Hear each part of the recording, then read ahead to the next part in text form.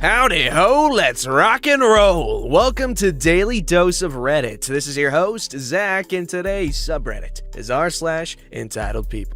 Alright, this story's called Karen Declares War on My Parents for Cutting Down a Tree on Their Own Property. I, 25 male, have been living away from home ever since graduating from college. My parents both retired recently, and last summer they decided to use some of the money they'd saved up to finally build their dream retirement home in New Orleans, where they've been living for the past 10 years. I come from a very tight-knit family, so I still talk to my parents every week. And they were so excited when they said they'd already picked out the location where they wanted the house built. It was an empty lot in a nice neighborhood where a house had been demolished not long before due to age. And the previous owner, who was pretty wealthy and owned numerous properties around the city, decided that the lot was worth more without the house on it. Anyway, my parents snapped it up as soon as it came on the market, but not long after construction began, they realized that they were building their dream house right next door to the lair of a wild Karen. The trouble started when my parents had to cut down a large oak tree that sat in front of the lot. It was a real beauty too, one of those big southern live oaks, and although they didn't want to, they knew they had to remove it because it was in the way. That's a shame. No one likes to cut down a big, beautiful tree, and believe me, if there was a way to avoid doing it without impeding the construction, my parents would have taken it. So they called a tree removal service, and the tree was soon gone. I can't read it.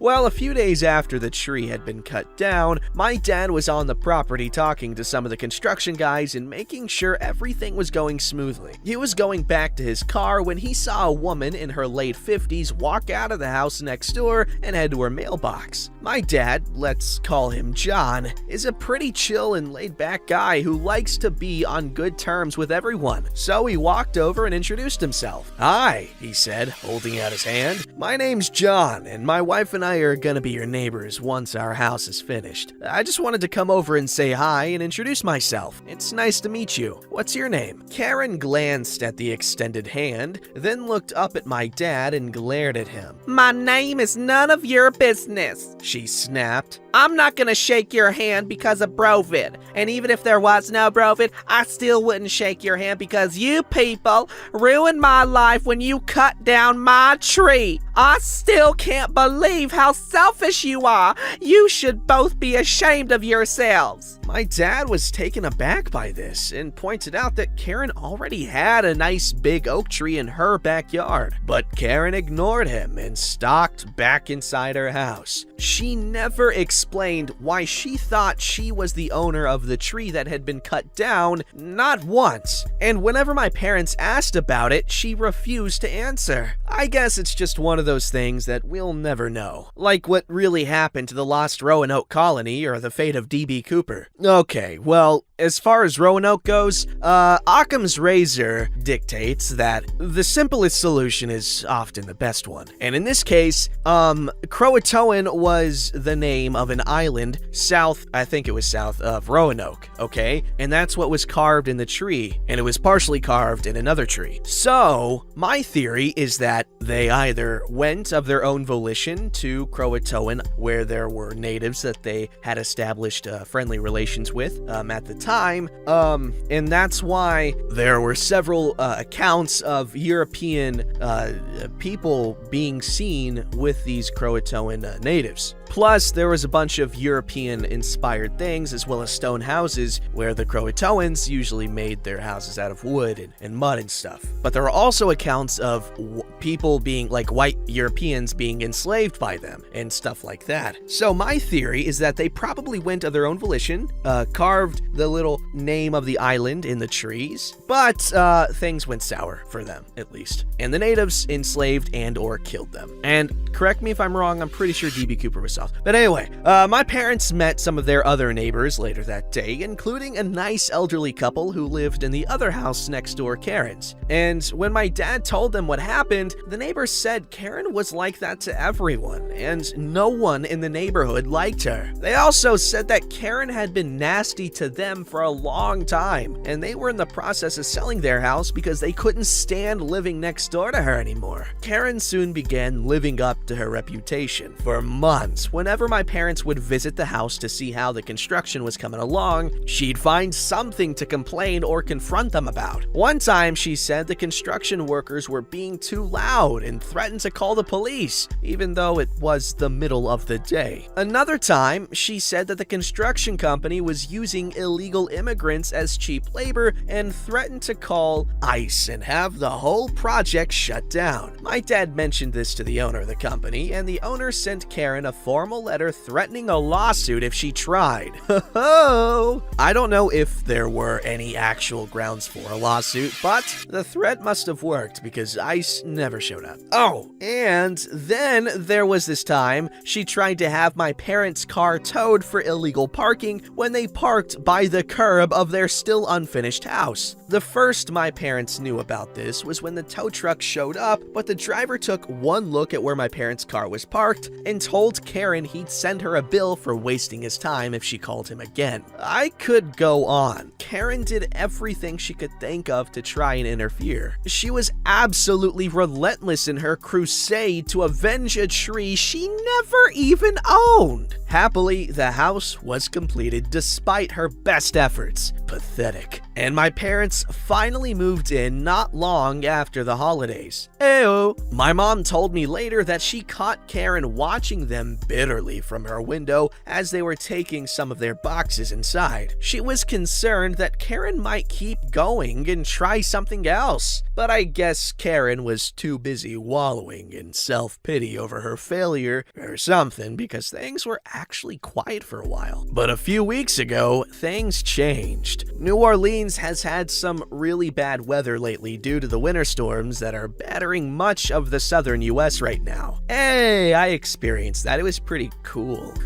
And one night, one of those storms was so powerful that it knocked over the tree in Karen's backyard. It missed falling onto her house, but it didn't miss falling onto her shiny new her shiny new Jaguar and crushing it like a beer can. Yikes. According to my folks, Karen didn't discover what happened until the following morning, when she came outside and saw the pile of scrap metal that used to be her car. She threw back her head and let out a primal scream, like something out of The Exorcist. She had to pay a tree removal service to get rid of the tree, then she had to pay for a tow truck to get rid of the car too, and then she had to get a rental car too. Karen put her property up for sale and moved out not long afterward. Everyone in the neighborhood was glad to see her go, and my parents enjoyed watching her drive off into the sunset from the front porch of their amazing new house. Badass, man. I like the idea of like old people building their dream houses and stuff. I had these really sweet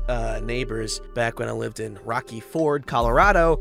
John and Phyllis. John unfortunately passed away. He was a cool guy. They were both really sweet. They threw my mom her baby shower when she was having my little brother, and they had built their forever home right next to ours. It's really cool, up this hill. They were like next door grandparents. Yeah, I miss them. Y'all remember that Justin Bieber song? It starts like, ooh, ooh, oh, oh. Just knock it up a couple octaves.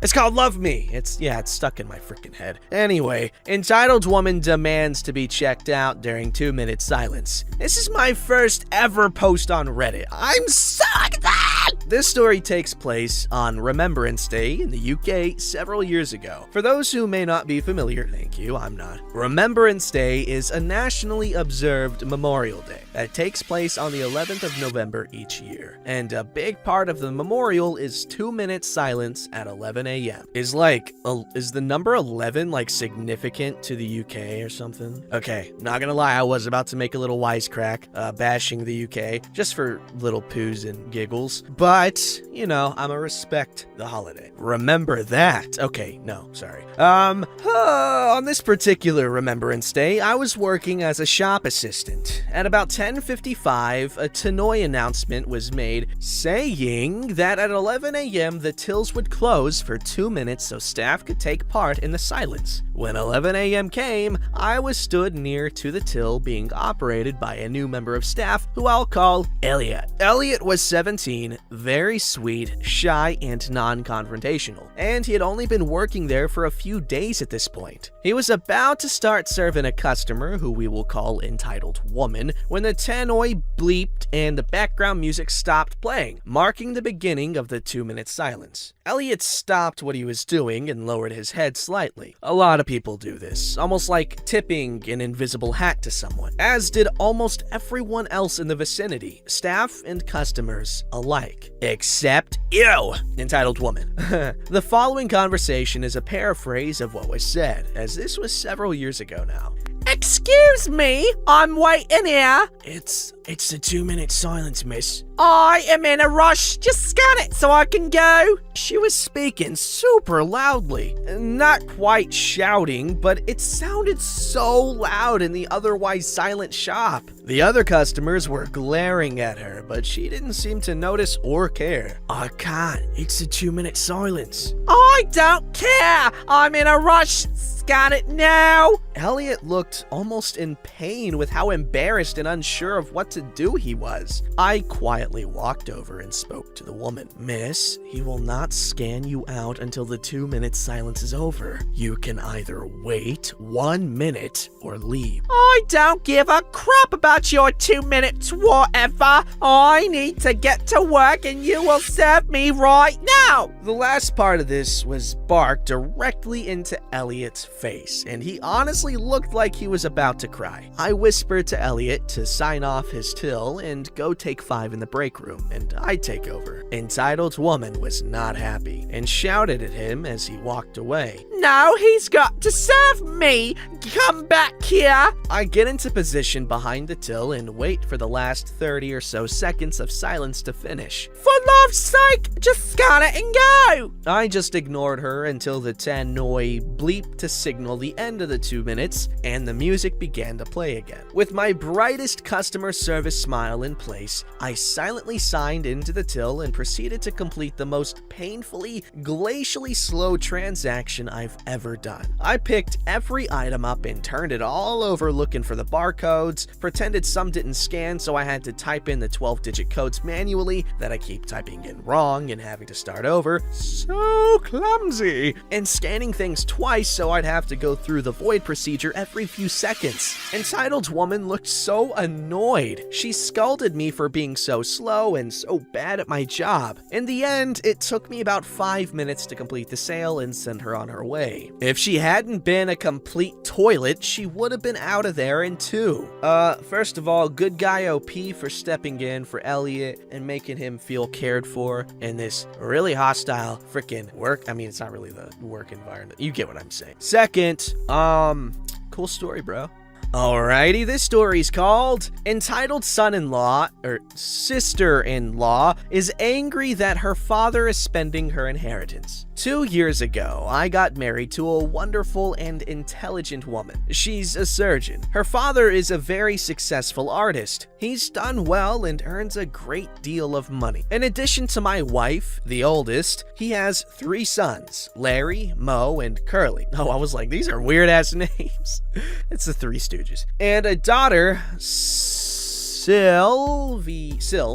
short for Silvio from The Sopranos, the youngest. My father-in-law, Phil, is in his mid-60s, still going strong and enjoys his work and doesn't want to stop for another 5 to 6 years. He has enough put away that he could live comfortably the rest of his life. My sister-in-law is the youngest at 22 and in university as a pre-law student. Her father pays for everything: tuition, books, an apartment, car, fuel, and a food allowance, etc. Damn. The two of them fight constantly. Phil is divorced. Both parties were having affairs. Man, artists like to party. From Syl's mother. Well, Syl was already upset at Phil as he took her credit card away after she tried to buy a last-minute business class seat home from Greece. Another entitled story. Does she have gyro? Sorry, gyro. Well, even though it's been 4 years since they divorced, she hasn't quite accepted that her father is okay to see other women and is very catty about them. Phil has an older brother, Jeff, who was the consummate bachelor. Well, Jeff's finally decided at the age of 67 to settle down and tie the knot. Damn. They're having the ceremony in a stave church in Norway where their family heritage dates back to. Hey, I'm like a third Norwegian. Or I mean Scandinavian, but you know, same thing. It's part of that area. Anyway, sorry. But when Phil announced that he was going to fly out to his only brother's wedding, Syl lost it. She started yelling that he was spending her inheritance and it was wrong. Oh my god. She launched into this huge tirade about how he went to Canada, New York, etc. Half the trips were business related. She then tried to convince her 3 brothers and my wife to back her and that he needs to not go to save her inheritance. She actually, I kid you not, said, "You're spending my money!" Then threw a small tantrum when nobody would back her. My wife took her into the other room and sternly explained that the money belonged to Phil and none of them had any right to it. She seemed to calm down and came up with a compromise. He could take her too and they could spend a couple weeks in Norway. That would be cool. This started an even bigger argument as Curly thought it was a great idea and he could go too. Larry, Mo, and my wife tried to point out that due to the church size and remoteness, only Phil was invited.